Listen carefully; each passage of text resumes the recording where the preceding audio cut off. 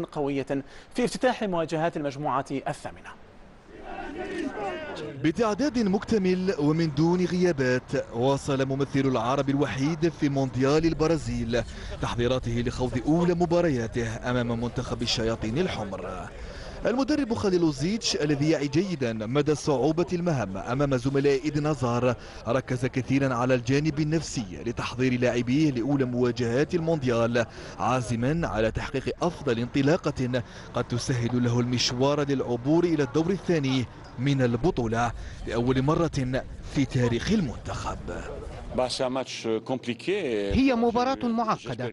المنتخب البلجيكي لديه تشكيلة قوية ورائعة من الناحية الفنية وأيضا مستوى اللاعبين، لكننا عملنا بجد وحضرنا بتركيز عال طيلة هذه الفترة ونتمنى تحقيق نتيجة مرضية.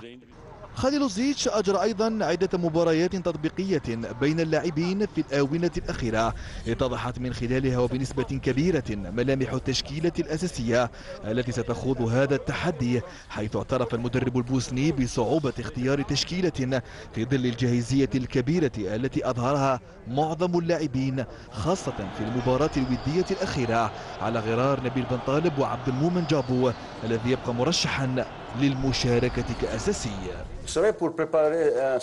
لتحضير خطة أو تشكيلة يجب أن تعتمد على اللاعبين الجاهزين وأيضا على من لديهم خبرة. الاختيار صعب في ظل تألق وجاهزية العديد من اللاعبين. وفي ظل كل هذه المعطيات يسعى زملاء فيغولي إلى تحقيق وتسجيل انطلاقة قوية لمواصلة باقي مشوار المونديال.